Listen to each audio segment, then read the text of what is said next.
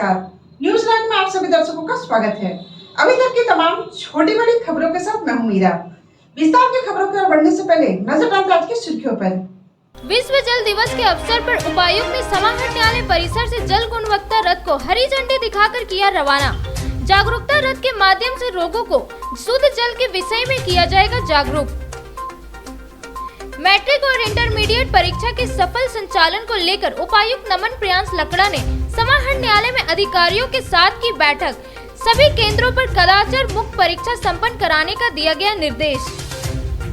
और गिरिडीह नगर थाना की एक महिला ने पति पर जबरन जहर पिलाने का लगाया आरोप। पुलिस मामले की जांच पड़ताल में जुटी।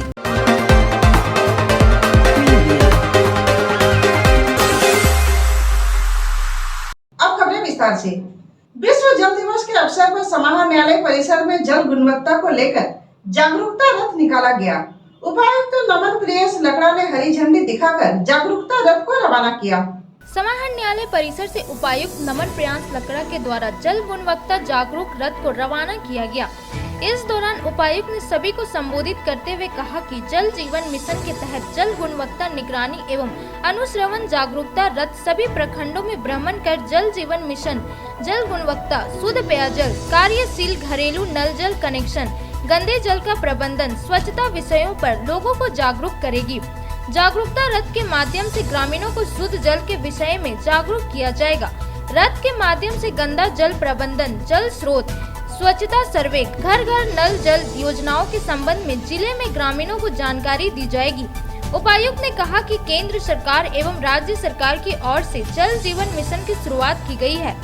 इस योजना के तहत जिले के सभी घरों को नल के माध्यम से स्वच्छ जल उपलब्ध कराया जाना है। साथ ही जल संरक्षण और संवर्धन के संकल्प को जन जन तक पहुंचाया जाना है। उपायुक्त ने कहा कि ग्रामीणों को शुद्ध पेयजल की उपयुक्ति के बारे में जागरूक बनाने के लिए अभियान चलाया जा रहा है। हर घर तक शुद्ध पेयजल पहुंचाना एक बहुत बड़ी जिम्मेदारी है।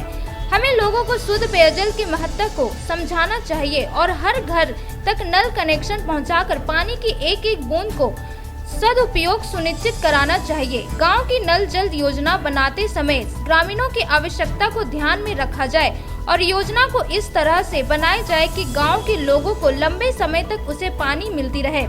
उक्त अवसर पर उप विकास आयुक्त, अपर समाहर्ता, निदेशक DRDA, जिला सूचना एवं जनसंपर्क पदाधिकारी, जिला निजारत उप समाहर्ता, कार्यपालक अभियंता, पेयजल एवं स्वच्छता प्रमंडल, जिला कार्यक्रम प्रबंधक, स्वच्छ भारत मिशन एवं अन्य संबंधित अधिकारी उपस्थित थे। और वो प्रदूषण के रूप में पूरे पानी को काला किए हुए हैं। उसी तरह से पूर्व में जो जमींदारी बांध थे या और भी जो हमारे वाटर बॉडीज थे, उसमें प्लास्टिक के वजह से बहुत ज़्यादा प्रदूषण हो गया है। बहुत तेजी से जो ग्रीन रेवोल्यूशन के दौरान में केमिकल फर्टिलाइजर का उपयोग कर रहे थे, जिसकी वजह से जैसे अभी इंजीनियर साहब ने बताया कि वाटर पॉल्यूशन जो है, इवन भूजल भी हमारा जो है प्रदूषित हो गया है। फ्लोराइड कॉन्टामिनेशन जो है, उससे जो प्रदूषण गढ़वा, परामू या लातेहार के कुछ जिलों में बहुत ज़्यादा आपको मिलेगा।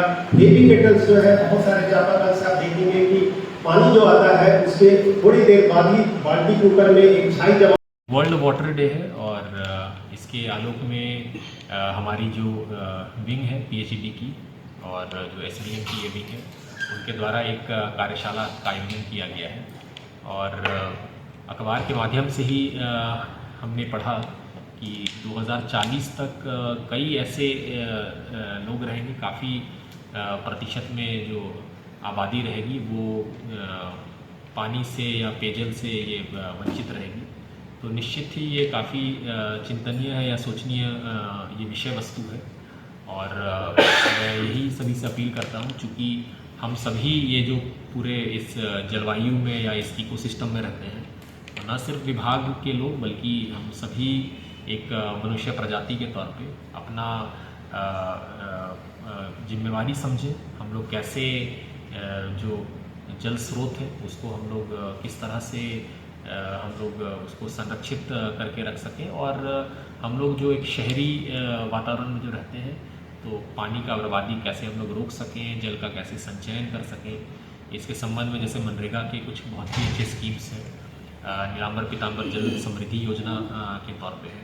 तो इस तरह से चाहे ये विभागीय गतिविधि के द्वारा या ये जो ट्रेडिशनल मेथड से जो वाटर कंजर्वेशन का की जो प्रणाली है और बहुत ही दुरुस्त और बहुत ही सफल एग्जाम्पल्स भी हैं, तो उस तरह से लोग जल संचयन का, जल संरक्षण का और वाटर वेस्टेज कम से कम हो, इसके संबंध में जागरूक हो और अपना जिम्मेवारी का निर्वहन करें।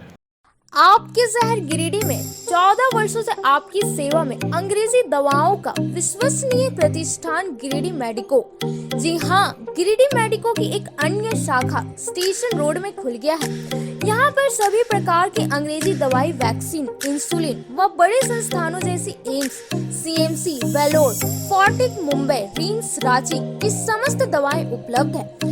हमारे यहाँ ऑर्डर पर बाहर की सभी दवाएं भी उपलब्ध कराई जाती है। यहाँ पर रांची, धनबाद के सुप्रसिद्ध डॉक्टरों द्वारा इलाज की सुविधा भी उपलब्ध है। हमारे यहाँ डॉक्टर अजय पटवारी, मधुमेह रोग विशेषज्ञ, doctor A Shrivastava, neurologist surgeon, liver, kidney, मूत्र रोग विशेषज्ञ, डॉक्टर शिल्पी कुमारी, नस, लकवा, माइग्रेन, मिर्गी एवं मनोरोग विशेषज्ञ, doctor Piyush Kumar, general physician और डॉक्टर दीपक पंडा, दांत एवं मुंह रोग विशेषज्ञ द्वारा मरीजों का इलाज किया जाता है। यहाँ मासिक उपभोक्ताओं के लिए विशेष छूट एवं होम डिलीवरी की सुविधा उपलब्ध है। हमारा पता medico, Gandhi Chowk, KR Modi mall, Giridih. हमारा दूसरा शाखा Giridih medico, station road, Giridih.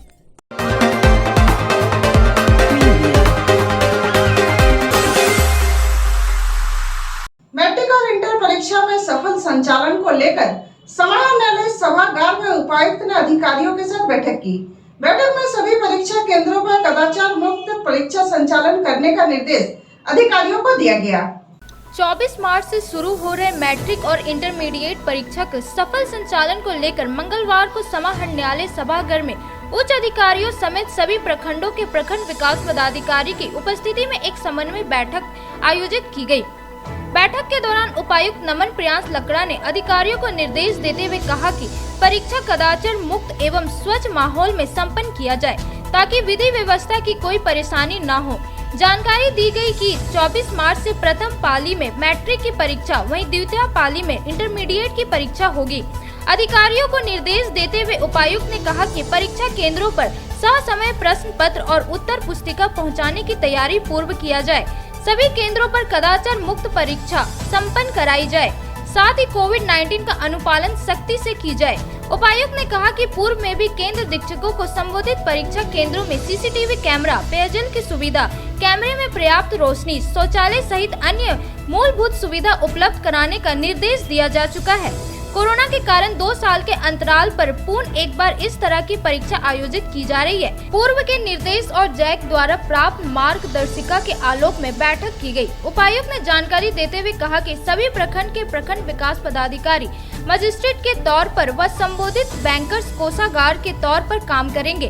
बैठक के दौरान उप विकास आयुक्त Shashibhushan Mehra, AC Wilson Bhaigra, DRDA निदेशक आलोक कुमार, DO पुष्पा कुजूर, सदर अनुमंडल पदाधिकारी विशालदीप खलको, NDC डॉक्टर सुदेश कुमार सहित सभी अनुमंडल पदाधिकारी व सभी प्रखंड के BDO उपस्थित थे। 24 मार्च से मैट्रिक की परीक्षा और इंटरमीडिएट की परीक्षा की शुरुआत होने वाली है और चूँकि कोरोना काल के बाद में ये 2 साल के अंतराल पर ये परीक्षाएं हो रही हैं, तो पूर्व में जो भी निर्देश थे और जैक के द्वारा हम लोगों को जो विस्तृत मार्गदर्शिका प्राप्त हुआ है, उसके आलोक में हम लोगों ने हमारे सभी जो प्रखंड विकास पदाधिकारी हैं जो कि मजिस्ट्रेट्स के तौर पे काम करेंगे और जो हमारे संबंधित बैंकर्स हैं जो कि कोषागार के तौर पे प्रश्न पत्र और उत्तर पुस्तिका कोषागार के तौर पे काम करेंगे, तो उनके साथ में हम लोगों ने एक समन्वय बैठक किया था।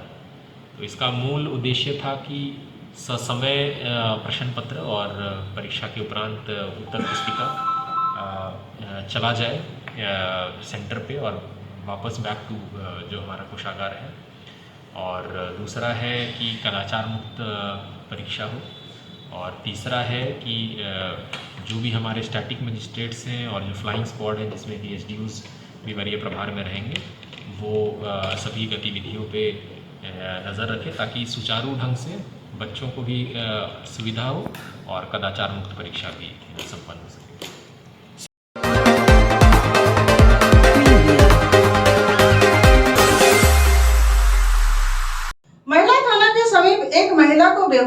हालत में 2 महिलाओं ने मानवता का परिचय देते हुए इलाज के लिए सदर अस्पताल पहुंचाया। महिला ने पति पर जबरन जहर पिलाने का आरोप लगाया है। पुलिस मामले की जांच पड़ताल में जुट गई है।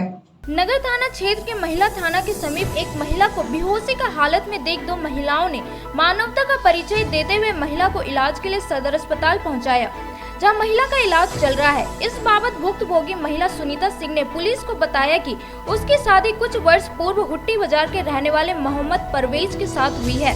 कुछ दिनों तक सब कुछ ठीक रहा, लेकिन बाद में उसके पति और ससुराल वालों ने उसे प्रताड़ित करना शुरू कर दिया और उसके साथ अक्सर मारपीट करने लगे।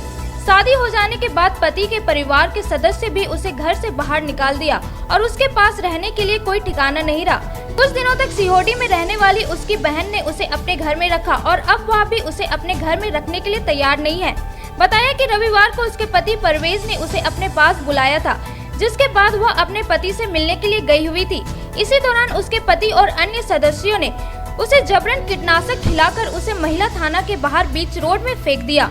वहीं महिला को अस्पताल पहुंचाने वाली महिला खुशी ने बताया कि वह अपने परिजनों के साथ महिला थाना के बगल से गुजर रही थी। इसी दौरान उनकी नजर उक्त महिला पर पड़ी, जिसके बाद उन्होंने महिला को उठाकर टोटो से इलाज के लिए सदर अस्पताल पहुंचाया।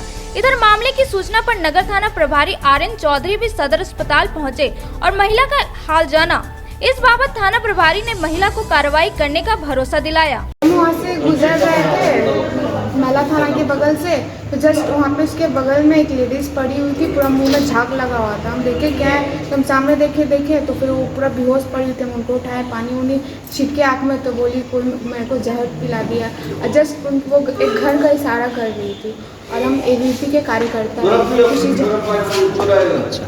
आप लोग कहाँ से अस्पताल लाए हैं इनको उठा के? हम तो महिला थाना से लाए हैं। महिला थाना के बाहर महिला से? थाना जस्ट बगल में। आपका नाम क्या है? खुशी झा। कहाँ पे घर है? मेरा तो ऐसे मेरा यहाँ मायके है, मेरा घर ऐसे ससुराल, मैं तो कोलकाता हूँ। अच्छा। नर्सिंग के क्षेत्र में गिरिडीह के लोगों के लिए सुनहरा अवसर। यहाँ के एक बड़े संस्थान GD बगेड़िया हॉस्पिटल के द्वारा GD बगेड़िया नर्सिंग स्कूल की शुरुआत की गई है। झारखंड नर्सिंग परिषद झारखंड सरकार से मान्यता प्राप्त 12वीं पास छात्र छात्राओं के लिए मेडिकल के क्षेत्र में सुनहरा अवसर। GD बगेड़िया नर्सिंग स्कूल में सत्र 2021 से 2024 के लिए नामांकन प्रारंभ है, तो देर किस बात की, बाहर जाने से बचे और अपने सुंदर भविष्य के लिए गिरिडीह में ही GNM की पढ़ाई का कोर्स पूरा करें। साथ ही छात्र छात्राओं के लिए छात्रावास की सुविधा ही उपलब्ध है, तो देर किस बात की, आइए हमारे यहाँ नामांकन प्रारंभ है। हमारा पता है बोड़ो पचम्बर रोड, GD बगेड़िया सेवा सदन हॉस्पिटल।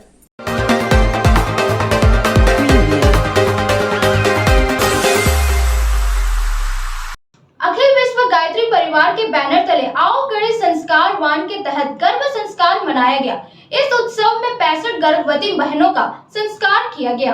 न्यू बरगंडा स्थित विवाह भवन में अखिल विश्व गायत्री परिवार के बैनर तले आओ गढ़ी संस्कार वान पीढ़ी के तहत गर्भ उत्सव संस्कार में सामूहिक रूप से 65 गर्भवती बहनों का संस्कार किया गया, जिसमें मुख्य वक्ता के रूप में पूनम वर्णवाल के द्वारा गर्भवती बहनों को यह संदेश दिया गया कि आज धरती पर देव आत्माएं कैसे अवतरित हो सकती है। इसके लिए हम उस प्लेटफॉर्म को तैयार करने का प्रयत्न करते हैं, जहां से हमारे राष्ट्र के लिए, राष्ट्र के चौमुखी विकास हेतु भविष्य में देव आत्माएं अवतरित हो सके। इस कार्यक्रम में मुख्य अतिथि के रूप में शांति भवन की बहन उर्मिला बाई, विशिष्ट अतिथि त्रिलोचन कौर मोगिया, सामाजिक कल्याण पदाधिकारी अलका मुर्मू, CDPO प्रेमलता मोर, सुपरवाइजर किरण राज और डॉक्टर मेघा शर्मा, अखिल विश्व गायत्री परिवार कामेश्वर सिंह के साथ साथ गायत्री परिवार के सैकड़ों बहनों की उपस्थिति रही। अखिल विश्व गायत्री परिवार की ओर से आओ गढ़े संस्कारवान पीढ़ी के तहत गर्भ उत्सव संस्कार आज कराए जा रहे हैं।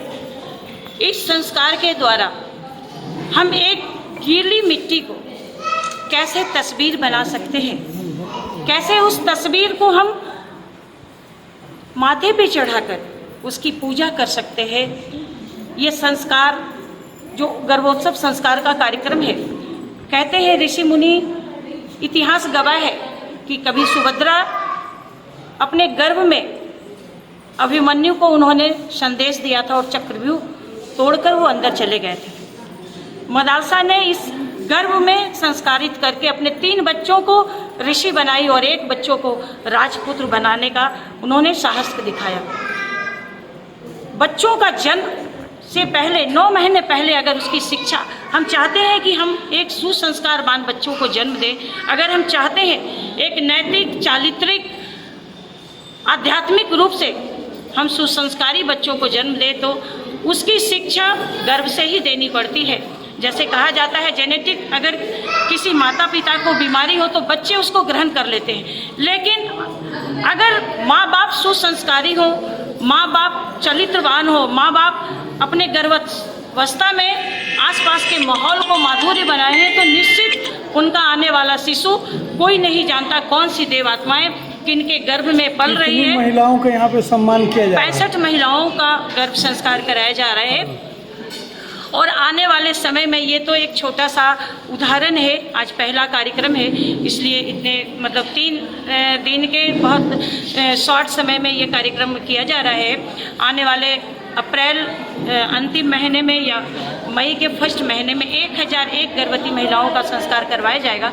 मैं इस संस्कार के माध्यम से पूरे गिरिडीह ही नहीं, पूरे देश के भाई बहनों को से कहना चाहती हूँ कि आज अखिल विश्व गायत्री परिवार की ओर से पूरे विश्व में आओ गढ़े संस्कारवान पीढ़ी का कार्यक्रम चल रहा है, जिसके तहत हम कैसे बच्चों में अच्छे संस्कार भर सके, ताकि वो आने वाले समय में विवेकानंद, बुद्ध जैसी आत्माएं पल्लवित पुष्पित हो सके। और किसी भी चीज़ को उतारने के लिए, आज एरोप्लेन को उतारने के लिए हम हवाई अड्डे का निर्माण करते हैं, वैसा प्लेटफॉर्म बनाते हैं। तो अगर देवात्माएं आज धरती पे आने के लिए बेताब है, तो हम उसके लिए ये मंच, ये संस्कारवान बनाने का मंच अगर तैयार करें, तो निश्चित इन सब के गर्भ में ना जाने कौन सी देवात्माएं पल रही।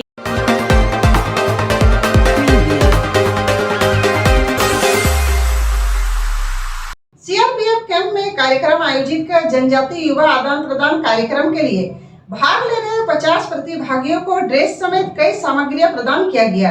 यह प्रतिभागी हरियाणा में आयोजित 22 मार्च से 28 मार्च तक के आयोजन में भाग ले रहे हैं। बस स्टैंड के पीछे स्थित सीआरपीएफ कैंप में सोमवार को एक कार्यक्रम आयोजित कर 13वीं जनजातीय युवा आदान प्रदान कार्यक्रम के लिए भाग ले रहे 50 प्रतिभागियों को ड्रेस, शूज समेत कई सामग्री प्रदान कर हरियाणा के लिए रवाना किया गया। बताया गया कि हर वर्ष की भांति इस वर्ष भी गृह मंत्रालय भारत सरकार द्वारा 13वीं जनजातीय युवा आदान प्रदान कार्यक्रम का आयोजन हरियाणा में 22 मार्च से 28 मार्च तक आयोजित किया गया है।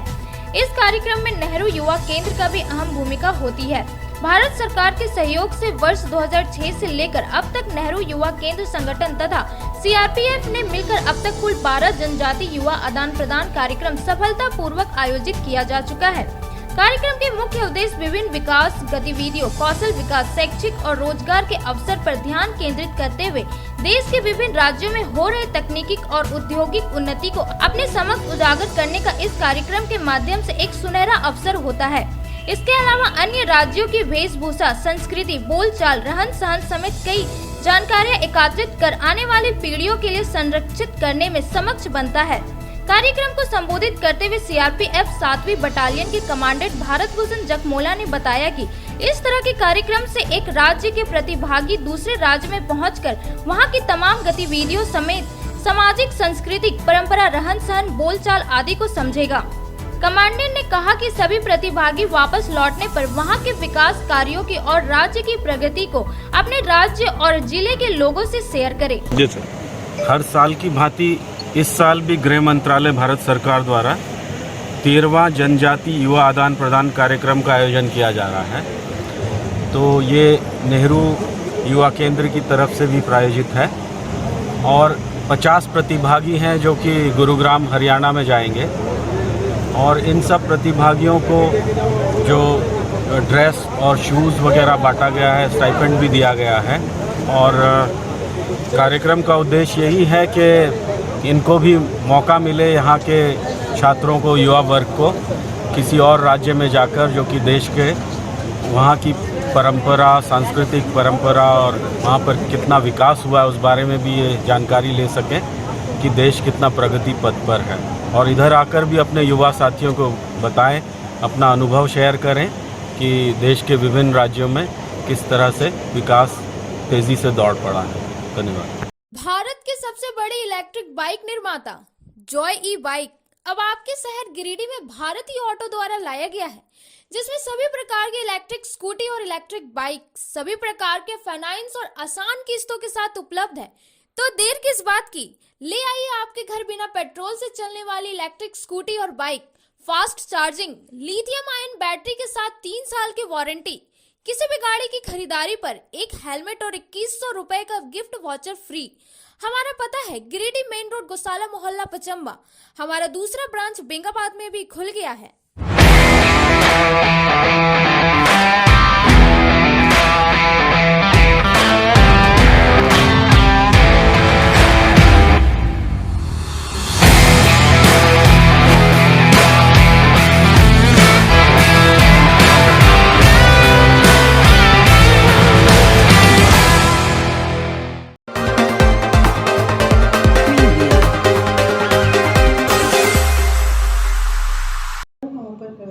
सरस्वती शिशु विद्या मंदिर में मंगलवार को स्वास्थ्य विभाग गिरिडीह की ओर से कोविड-19 टीकाकरण शिविर का आयोजन हुआ। इस शिविर में 12 वर्ष की आयु पूर्ण कर चुके बच्चों को प्रथम डोज विद्यालय में दिया गया। सरस्वती शिशु विद्या मंदिर बरगंडा में मंगलवार को स्वास्थ्य विभाग गिरिडीह की ओर से कोविड-19 टीकाकरण शिविर का आयोजन हुआ। प्रधानाचार्य शिव कुमार चौधरी ने बताया कि भारत सरकार के निर्देशानुसार 12 वर्ष की आयु पूर्ण कर चुके बच्चों का टीकाकरण का प्रथम डोज विद्यालय में दिया गया। टीकाकरण में बच्चों ने बढ़ चढ़कर हिस्सा लिया। यह वैक्सीन पूर्ण रूप से सुरक्षित है, इसे बच्चों को निर्भीक होकर लेना चाहिए। टीकाकरण रोग गंभीरता से लोगों को बचाने में कारगर साबित हो रहा है। भारत सरकार द्वारा 12 वर्ष की आयु पूर्ण कर चुके बच्चों के लिए दिया जा रहा वैक्सीन पूर्णतः सुरक्षित है। अतः मेरा अनुरोध है उन बच्चों से जो 12 वर्ष की आयु पूर्ण कर चुके हैं, यथाशीघ्र वैक्सीन की पहली डोज लें। यह डोज पूर्णतः सुरक्षित है। आज भारत सरकार द्वारा घोषित कोरोना वैक्सीन के तहत उम्र 12 साल से ऊपर के बच्चों को इंजेक्शन लेना अनिवार्य है। इसके तहत सरस्वती शिशु विद्या मंदिर बरगंडा गिरिडीह ने आगे आकर अपने उस उम्र के बच्चों को आह्वान किया। गिरिडीह चिकित्सालय द्वारा प्रदत्त वैक्सीन को भैया बहनों को दिया जाए और उसके लिए कैंप का आयोजन किया गया परिसर में। हमारे 12 वर्ष के उम्र से जितने भी भैया बहन हमारे ज़्यादा हैं वो सभी आज परिसर में आकर के इंजेक्शन ले रहे हैं। हम आह्वान करेंगे अपने समस्त अभिभावकों से कि अपने बच्चों को यदि उस उम्र को पार कर रहा है तो निश्चित रूप से उनके स्वास्थ्य के लिए इंजेक्शन दिलवाने में सहयोगी बने। यह उनके स्वास्थ्य के लिए, राष्ट्र के लिए हर दृष्टिकोण से उपयोगी होगा। आज अपना देश भारत विश्व में सर्वश्रेष्ठ बनने के लिए जा रहा है। इसीलिए कि स्वास्थ्य के प्रति हमारे भारत सरकार ने जो चिंता की है यह अत्यंत ही सराहनीय है। हम भारत सरकार को बहुत बहुत धन्यवाद देते हैं। जय हिंद, वंदे मातरम।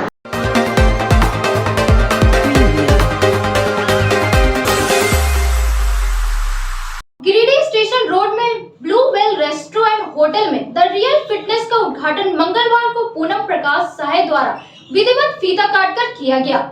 इस मौके पर सेंटर की संचालिका समेत काफी संख्या में महिलाएं उपस्थित हुई। गिरिडीह के स्टेशन रोड में ब्लू वेल रेस्टोरेंट होटल में द रियल फिटनेस का उद्घाटन मंगलवार को इनरवेल के फाउंडर पूनम प्रकाश साय के द्वारा विधिवत फीता काटकर किया गया। इस फिटनेस सेंटर में फैशन डांस स्टूडियो की संचालिका शेरवानी घोष के द्वारा फिटनेस क्लास कराई जाएगी। इस फिटनेस क्लास में कार्डियो एक्सरसाइज, जुम्बा डांस सहित मेडिटेशन क्लासेस कराई जाएगी।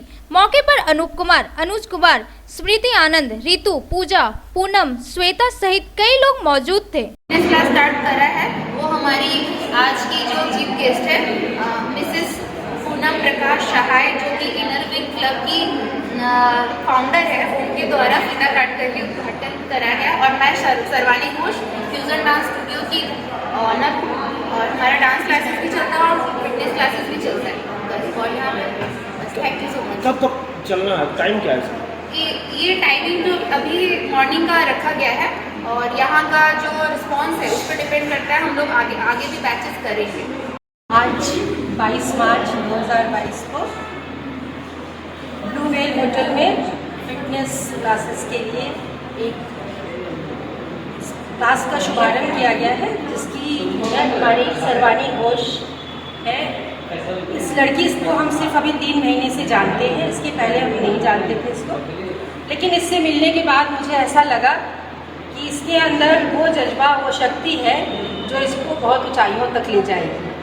और इसने जिस लगन से अपने परिवार का सपोर्ट किया है और आज अपने बलबूते पर यहाँ तक पहुँची है, इसके लिए हमारी समझ से हर लड़की को गर्व होना चाहिए। सुविधा से कोई चीज़ सीखकर आगे बढ़ना और जुझारू रूप से बढ़ना, इन दोनों में अंतर है।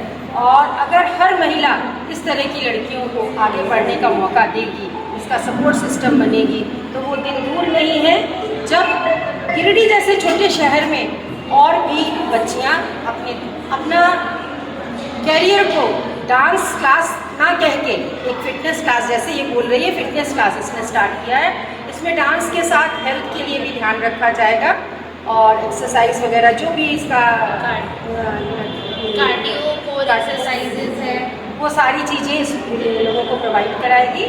और वो हमें पूरी उम्मीद है कि इसका स्टूडियो बहुत आगे जाए और ये जीवन में खूब सफल हो, और इसकी सफलता से इसकी माँ मम्मी उपस्थित हैं, वो भी बहुत खुश होंगी और जीवन में हर तरफ इसके जाना होगा।